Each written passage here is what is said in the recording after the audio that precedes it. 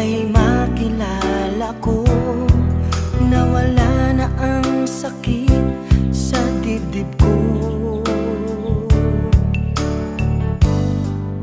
Mula nang ika'y makausap ko, nawala na ang